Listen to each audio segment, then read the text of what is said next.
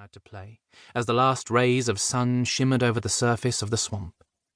At night they would lie in the red and white boat together, looking up at the stars, eating mayflies and falling asleep to the high, sweet sound, and to the low bass drawl of their aunts and uncles, cousins and great-uncles, parents, step-parents and godparents, nieces and nephews, brothers and sisters.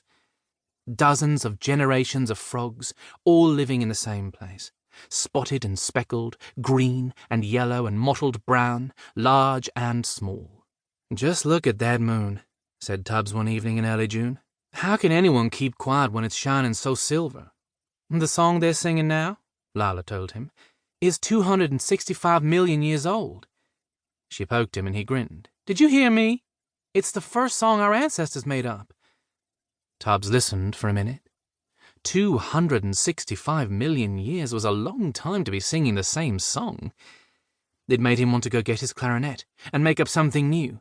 "You can't make up something new," Lila said. "Every bit of water on Earth is the same water that was here to begin with. And we're all made of the creatures who came before us, and microscopic beings inhabit every inch of us." "Huh?" said Tubbs. Lila said, "It's hard to improve on Kiss Me, I'm the Fattest. If there was a better song, someone would have written it by now. Anyway," Lila said, "look at this." She pulled a letter from her pocket and handed it to Tubbs. "I haven't shown anyone yet." It was postmarked with a fancy blue and yellow seal, an image of a hand reaching out of the sky holding a book. Tubbs unfolded the letter and read. It made his skin feel dry. It was from a place called the Sorbonne, which, as far as he could tell, was not in Louisiana. He looked up at Lila. "Where is this place?" "In Paris," she said. "It's a school." "Where's Paris?" "It's across a big salt pond." At first, Tubbs thought he might cry. Thinking about Lila leaving was awful. But then he looked at the letter again, and his heart soared for his cousin's good news. "Lila!" Tubbs shouted, jumping to his feet. "Lila, this is amazing! Elodie!" he called from the boat, waving the letter above his head. "Elodie, break out the rose mallow wine! Break out the blue bottles! Lila's going to school! Everyone! Everyone! Lila is going to school!" Tubbs remembered Lila's face that night, how happy she was, and how proud Aunt Elodie was, and how long the party lasted, and how they changed the words of that old song to "Kiss Me, I'm the Smartest," and how Lila explained to them that it didn't technically make it a new song if you changed one word, and how he ate too many blue bottles, and how the turtles came over to offer their congratulations, and an owl flew down and stood on the bank of the marshy expanse and talked seriously to Lila, and how the bullfrogs puffed out their necks when she walked by. But the thing he remembered the most was how she smiled.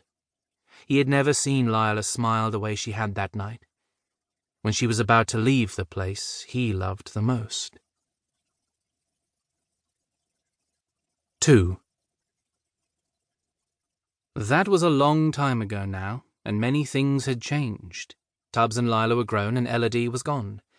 While Tubbs lived in the same neighborhood, Lila had traveled far and learned things frogs in the swamp could only dream about.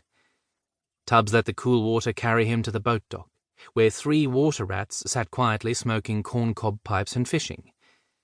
One was larger than the rest and had grizzled hair and an unruly beard. Tubbs hopped out and felt the warm sun on his skin. He scratched a small, itchy bump on the side of his head.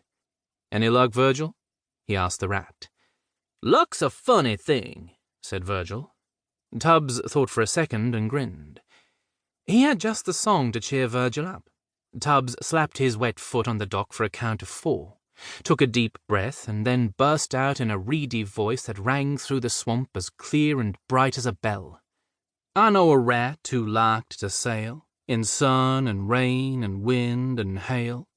He built a boat out of reeds and mud, and a torn shower curtain and Persian rug. He sailed due north all through the night, a lonely firefly his only light. He docked in ports along the coast and served a barking seal French toast, and all the fish and all the whales and all the wind and all the gales, and all the bats and all the cats and all the crawfish who had laughed came to sing him home again."